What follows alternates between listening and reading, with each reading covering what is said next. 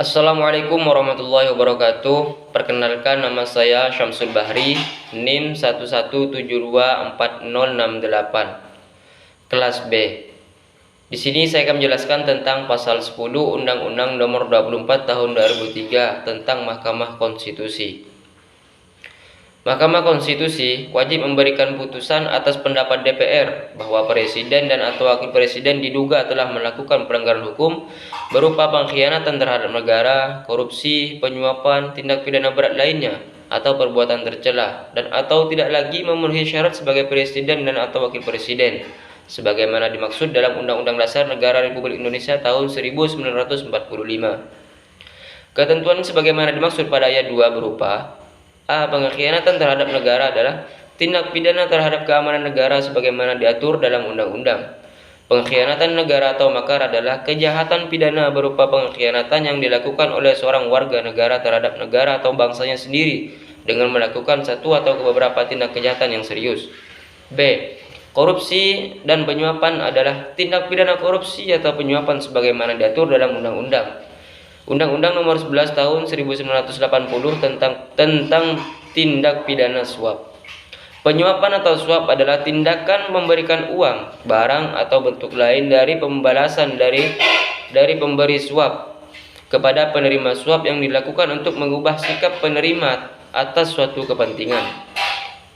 Korupsi juga diartikan sebagai tindakan setiap orang yang dengan tujuan menguntungkan diri sendiri atau orang lain atau suatu korporasi, juga menyalahgunakan kewenangan, kesempatan atau sarana yang ada padanya karena jabatan atau kedudukan yang dapat merugikan keuangan negara atau perekonomian negara.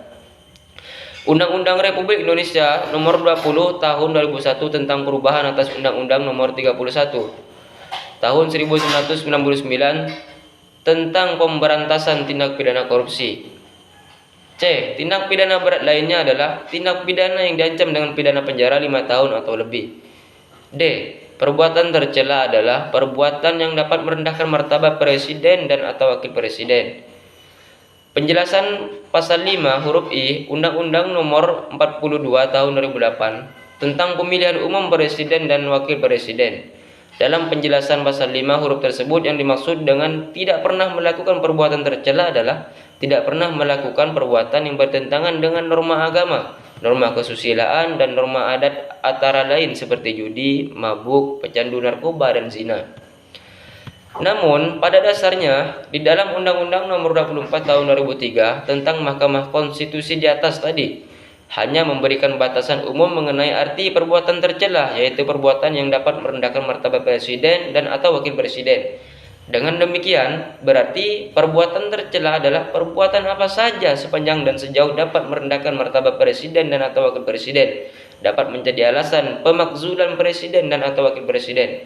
Maka dalam hal ini dapat diambil kesimpulan bahwa alasan pemakzulan presiden dan atau wakil presiden pada perubahan UUD 1945, terutama alasan melakukan perbuatan tercela, bertentangan dengan prinsip negara hukum demokratis yang bertumpu pada asas legalitas dan kepastian hukum.